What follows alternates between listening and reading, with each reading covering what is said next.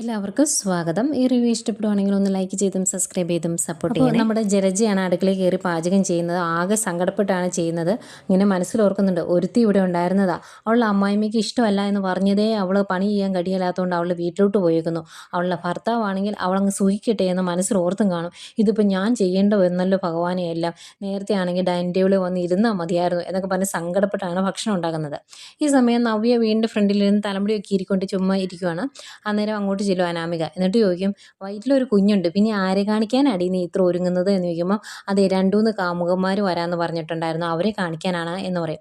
അന്നേരം അനാമിക പറയുന്നുണ്ട്, അതൊക്കെ ഇനി സാധിക്കുകയുള്ളൂ, നിൻ്റെ ഭർത്താവിന് നിന്നെ ഇഷ്ടമല്ലല്ലോ എന്ന് പറയും. അപ്പോൾ നവ്യ തിരിച്ചു പറയും, നിൻ്റെ ഭർത്താവിന് നിന്നെ ഭയങ്കര ഇഷ്ടമാണല്ലോ, അതുകൊണ്ട് പിന്നെ കുഴപ്പമില്ല എന്ന് പറയുമ്പം, ഓ എൻ്റെ ഭർത്താവിന് എന്നെ ഇഷ്ടമല്ലെങ്കിലും എൻ്റെ അമ്മായിമ്മ എന്നെ ഉള്ളംകൈയിലാണ് കൊണ്ടു നടക്കുന്നത് എന്ന് പറയും. അന്നേരം നവ്യ ചോദിക്കും, ഉള്ളംകൈ കൊണ്ടു നടക്കാൻ നീ എന്നെ വല്ല കൊച്ചു കുഞ്ഞുമാണോ എന്ന് ചോദിക്കുവാണ്. അന്നേരം പറയുന്നുണ്ട്, എനിക്ക് ഈ വീട്ടിൽ എല്ലാ സ്വാതന്ത്ര്യമുണ്ട്, എനിക്ക് എന്ത് ഫുഡ് വേണമെങ്കിലും അതുണ്ടാക്കി തരാൻ വേണ്ടി എൻ്റെ അമ്മായിമ്മ എൻ്റെ പുറകെ നടക്കുക, നിനക്ക് അങ്ങനെ ചെയ്തു തരാൻ ആരെങ്കിലും ഉണ്ടോ എന്ന് ചോദിക്കും. അന്നേരം നവ്യ പറയുന്നുണ്ട്, എനിക്കിപ്പോൾ ഫുഡ് ഉണ്ടാക്കി തരാൻ ആരുമില്ലെങ്കിലും അതിനെന്താ ചെയ്യേണ്ടതെന്ന് എനിക്കറിയാം, പിന്നെ ഞാൻ ഇങ്ങോട്ട് കയറി വന്നതിനെ പറ്റി നീ കൂടുതൽ വർത്തമാനമൊന്നും പറയണ്ട, അതെങ്ങനെയാണെന്ന് നിനക്കറിയാവോ എന്ന് ചോദിക്കും. അന്നേരം അയ്യോ അത് സിനിമ കഥയെക്കാളും വലിയൊരു കഥയാണ് എന്നൊക്കെ എനിക്കറിയാമെന്ന് പറയുമ്പം നവ്യ പറയുന്നുണ്ട്, അതെ എന്നെ കണ്ട് ഇഷ്ടപ്പെട്ടതാണ് ആദർശേട്ടൻ, അവിടെ ഒരുപാട് പെൺകുട്ടികൾ വന്നിട്ടുണ്ടായിരുന്നു അന്ന് 50-ാം വാർഷികത്തിൻ്റെ അന്ന്, പക്ഷേ അവരെക്കാളേറെ എന്നെ ഇഷ്ടപ്പെട്ടത് ആദർശേട്ടനായിരുന്നു. പക്ഷേ ഞങ്ങളുടെ ഇടയിലേക്ക് കയറി വന്നതാണ് അഭി, അവൻ വന്നില്ലായിരുന്നുവെങ്കിൽ ഈ വീട്ടിലെ മൂത്ത മരുമകളായിട്ട് ഞാനിരുന്നേനെ, എന്നെ എല്ലാവരും ബഹുമാനിച്ചേനെ, സ്നേഹിച്ചേനെ. ഇപ്പം ഞങ്ങളെ വെറുക്കുകയും ഞങ്ങളെ എതിർത്ത് സംസാരിക്കുകയും ഒക്കെ ചെയ്യുന്ന വല്യമ്മായി പോലും എന്നെ സ്നേഹിച്ചേനെ, അത് നിനക്കറിയാവോ എന്ന് ചോദിക്കും.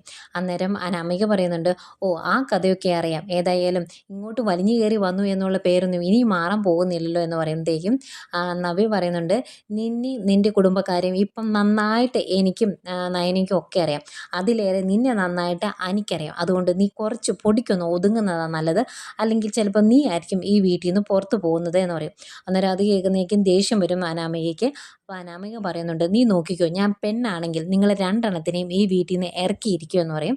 അന്നേരം നവ്യ പറയുന്നുണ്ട്, എൻ്റെ പൊന്നു മോളെ, നീ വിചാരിച്ചാലൊന്നും ഞങ്ങൾ ഈ വീട്ടിൽ നിന്ന് പുറത്ത് പോകത്തില്ല, പിന്നെ നീ ഒരു കാര്യം ഓർക്കണം, നിൻ്റെ ഇപ്പോഴത്തെ ജീവിതം അത് ഞാനും എൻ്റെ വീട്ടുകാരും നന്ദുവൊക്കെ തന്ന ദാനമാണ് എന്ന് പറയും.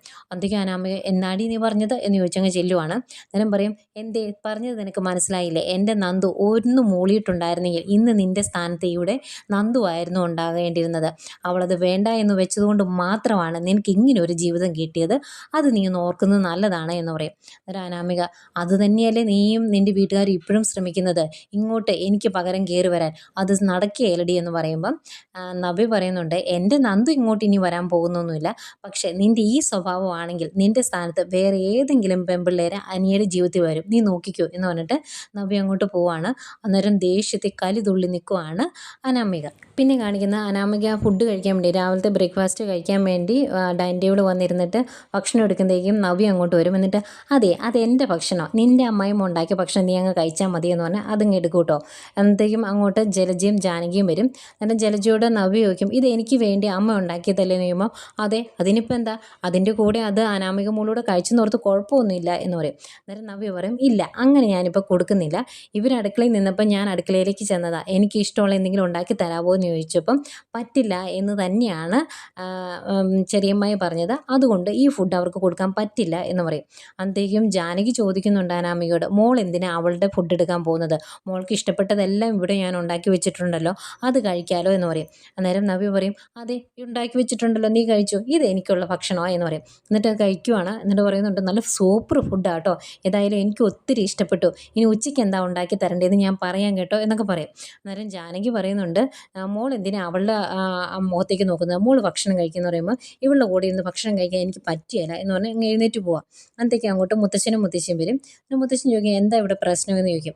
അന്നേരം നവ്യ പറയുന്നുണ്ട്, എൻ്റെ കൂടെ ഇരുന്ന് ഭക്ഷണം കഴിക്കാൻ അവൾക്ക് ഇഷ്ടമല്ല എന്ന് പറഞ്ഞു, അങ്ങനെ എഴുന്നേറ്റ് പോയതാ എന്ന് പറയും. അന്നേരം മുത്തശ്ശൻ പറയുന്നുണ്ട്, മോൾക്ക് അറിയാവുന്ന കാര്യമാണല്ലോ, മോൾ വന്നതിന് ശേഷവും ഇങ്ങനെയൊക്കെ തന്നെയായിരുന്നു, നമ്മളെല്ലാവരും ഒരുമിച്ചിരുന്നാണ് ഭക്ഷണം കഴിച്ചുകൊണ്ടിരുന്നത്, ആരെങ്കിലും ഒരാൾ വന്നില്ലെങ്കിൽ പോലും അവർക്ക് വേണ്ടി നമ്മളിവിടെ വെയിറ്റ് ചെയ്യുമായിരുന്നു. എന്നിട്ട് ഒരുമിച്ചാണ് ഭക്ഷണം കഴിച്ചുകൊണ്ടിരുന്നത്. പക്ഷേ ഇപ്പം അങ്ങനെയൊന്നുമല്ല, എല്ലാം തോന്നിയതുപോലെയാണ് എന്ന് പറഞ്ഞിട്ട് ജാനകിനെ ഒരു നോട്ടമുണ്ട് കേട്ടോ.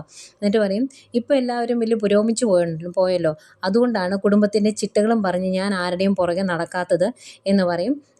അന്നേരം നവ്യ പറയുന്നുണ്ട്, എനിക്ക് ഭക്ഷണം ഉണ്ടാക്കി തരാമോ എന്ന് ചോദിച്ച് ഞാൻ അടുക്കളയിലേക്ക് ചെന്നതാണ്. അന്നേരം ചെറിയമ്മായി എനിക്ക് ഉണ്ടാക്കി തരത്തില്ല എന്ന് പറഞ്ഞു. അതിന് ശേഷമാണ് അമ്മ എനിക്കത് ഉണ്ടാക്കി തന്നത് എന്ന് പറയും. അന്നേരം മുത്തശ്ശി പറയുന്നുണ്ട്, അങ്ങനെ അവൾക്ക് എന്തെങ്കിലും ആഗ്രഹം ഉണ്ടെങ്കിൽ നീ ഉണ്ടാക്കി കൊടുക്കണം ജലജെ, നിൻ്റെ പേരക്കുട്ടിയല്ല അവളുടെ വയറ്റിൽ കിടക്കുന്നതെന്ന് ചോദിക്കും. അന്നേരം അങ്ങനെ തന്നെയാണ് അമ്മ ഞാൻ ചെയ്യുന്നത് എന്ന് പറയും. അന്നേരം മുത്തശ്ശനും പറയുന്നുണ്ട് കേട്ടോ, നവ്യമോൾക്ക് എന്തെങ്കിലും ഇഷ്ടമുണ്ടെങ്കിൽ ഉണ്ടാക്കി കൊടുക്കണം, നിൻ്റെ കുഞ്ഞ് പേരക്കുട്ടിയാണ്, അത് ആരോഗ്യത്തോടെ ഇരിക്കേണ്ടത് നിൻ്റെ കൂടെ കടമയാണ് എന്നൊക്കെ പറയും.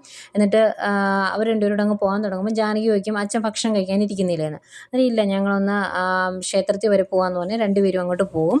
ഏതായാലും മുത്തശ്ശനും മുത്തശ്ശി അങ്ങ് പോയി കഴിയുമ്പോഴേക്കും നവ്യ ഇരുന്ന് നല്ല ആസ്വദിച്ച് ഫുഡ് കഴിക്കും കേട്ടോ. ഇത് കാണുന്ന ജാനകിക്കും ജലജയ്ക്കും തീരെ അങ്ങോട്ട് പിടിക്കുന്നില്ല. ഈ സമയം അനാമിക ഉറഞ്ഞു തുള്ളി വീട്ടിലോട്ട് വിളിക്കുക. ഫോൺ കോൾ കാണുന്നത് രേവതി മനസ്സിൽ ഓർക്കുന്നുണ്ട്. ഈശ്വര, ആ പെണ്ണ് വിളിക്കുന്നത് എന്തിനാ പോലും എന്ന് ഓർക്കുന്നുണ്ട്. ഏതായാലും ഫോൺ എടുത്തിട്ട് എന്താ മോളെ എന്ന് ചോദിക്കുന്നത് പറയുന്നുണ്ട്. ആ നവ്യ അവൾ എന്നെ ഇൻസൾട്ട് ചെയ്യുവാണ്. ഞാൻ ഭക്ഷണം കഴിക്കാൻ ഇരുന്നപ്പം ഡൈനിങ് ടേബിളിൽ നിന്ന് അവളെന്നെ എഴുന്നേൽപ്പിച്ച് വിട്ടു, അവളുടെ ഫുഡ് കഴിക്കണ്ടെന്ന് പറഞ്ഞു എന്നൊക്കെ പറയും.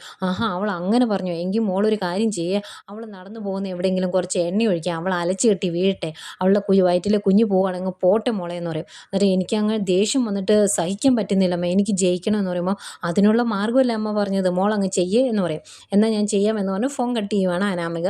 അന്തേക്കും വേണു അങ്ങോട്ട് വരും. എന്നിട്ട് എന്താ രേവതി, എന്താ പ്രശ്നം എന്ന് ചോദിക്കും. അന്നേരം പറയുന്നുണ്ട്, നമ്മുടെ മോളെ അവൾ അപമാനിച്ചു നവ്യ, അവൾക്കൊരു പണി കൊടുക്കാൻ ഞാൻ പറഞ്ഞിട്ടുണ്ട് എന്ന് പറയും. അന്നേരം വേണു പറയുന്നുണ്ട്, നിങ്ങൾ ആവശ്യമില്ലാത്ത കാര്യങ്ങളെല്ലാം ചെയ്ത് ലാസ്റ്റ് കുളമാവരുത്. ഇപ്പം തന്നെ ആ ദേവ്യാനി ഹോസ്പിറ്റലിൽ കിടക്കുന്നത് നമ്മളുടെ പ്രവൃത്തിയുടെ ഗുണമാണ് എന്ന് നിനക്കറിയാലോ. അതുകൊണ്ട് ഇനിയും പ്രശ്നങ്ങൾ ഉണ്ടാക്കി അതങ്ങാനും പിടിക്കപ്പെട്ടിട്ടുണ്ടെങ്കിൽ നമ്മളുടെ മോളുടെ കർണത്തിന് അടി കൊടുത്ത് ആ മൂർത്തി അവിടുന്ന് ഇറക്കി വിടും. അതിനുള്ള അവസരം ഉണ്ടാക്കരുത്. അവളെ അങ്ങോട്ട് പറഞ്ഞു വിട്ടത് കുറച്ച് കാശുണ്ടാക്കാമെന്ന് ഓർത്താ, അതിപ്പോൾ നടക്കുമെന്ന് എനിക്ക് തോന്നുന്നില്ല എന്ന് പറയും. അന്നേരം രേവതി ചോദിക്കും, അതെന്നാന്ന്? എടി വിഡ്ഢിയായ ഭാര്യയെ, ഞാനൊരു കാര്യം പറയട്ടെ, ഭർത്താവിന് ഭാര്യയോട് സ്നേഹമില്ലെങ്കിൽ പിന്നെ എങ്ങനെയാടി അവിടുന്ന് സ്വത്തൊക്കെ കിട്ടുന്നത്?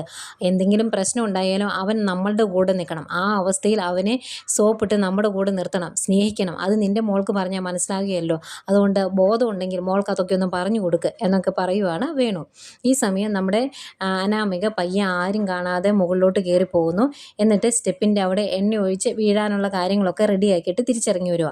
അന്നത്തേക്കും ഡൈനിങ് ടേബിളിൽ നിന്ന് ഭക്ഷണം കഴിച്ചിട്ട് നവ്യ എഴുന്നേറ്റ് പോവേ. അന്നേരം വന്നിട്ട്, അവൾ പോയോ, ഇനിയിപ്പോൾ ഭക്ഷണം കഴിക്കാം എന്ന് പറഞ്ഞ് അവിടെ ഇരുന്ന് ഭക്ഷണം എടുത്ത് വെച്ച് കഴിക്കാൻ തുടങ്ങുവാണ്. അന്നേരം നവ്യ അടുക്കളയിൽ കഴിച്ച പാത്രമൊക്കെ കൊണ്ടുവച്ചിട്ട് കൈ കഴുകിയിട്ട് വരുമായിരുന്നു.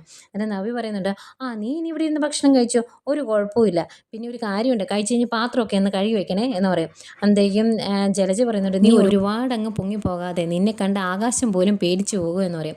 അന്നേരം നവ്യ പറയും, ഞാൻ പൊങ്ങിപ്പോയതൊന്നുമില്ല, ഉള്ള കാര്യം തന്നെയാണ് പറഞ്ഞത്. ഇനിയിപ്പം നിനക്ക് ഞാൻ കഴിച്ച കറി കഴിക്കണമെന്ന് ആഗ്രഹം ഉണ്ടെങ്കിൽ കുറച്ചുകൂടെ മിച്ചിരിപ്പുണ്ട് കേട്ടോ, എടുത്ത് കഴിച്ചു എന്ന് പറയും.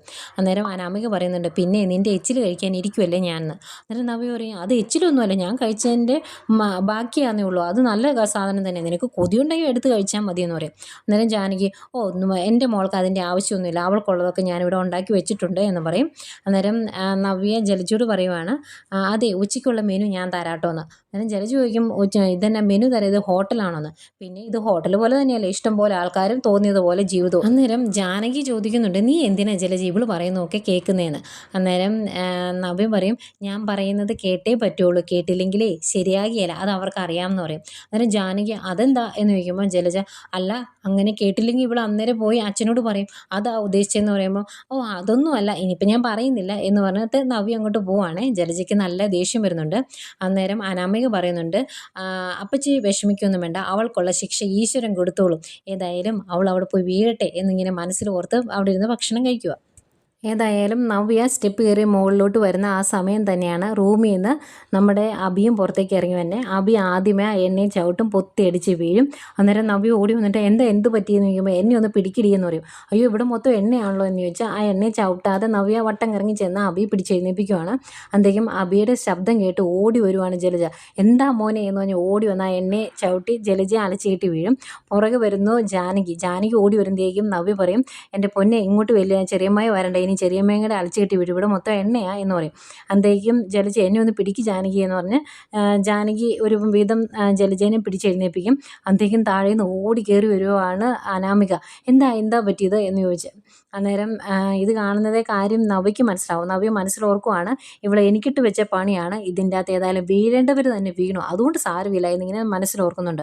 അന്നേരം ജലജ എൻ്റെ മോനെ വീഴിക്കാൻ വേണ്ടി നീ ആണല്ലേടി എണ്ണ ഒഴിച്ച് വെച്ചത് എന്ന് ചോദിക്കും.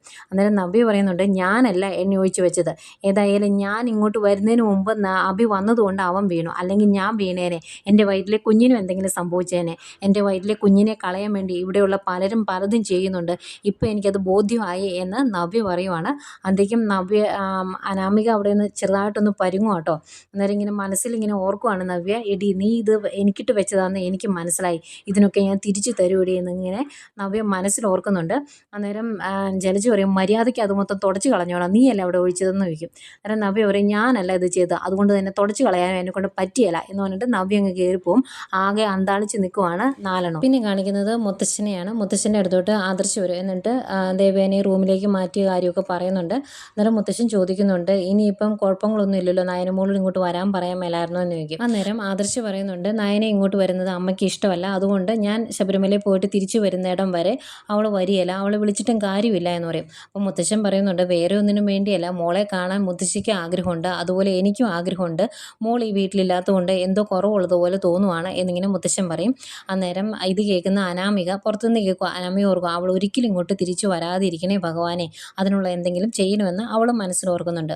അത് കഴിഞ്ഞ് മുത്തശ്ശൻ പറയുന്നുണ്ട് നീ വിഷമിക്കൊന്നും വേണ്ട, ഏതായാലും ഇതിനെല്ലാം ഒരു മാറ്റം വരും.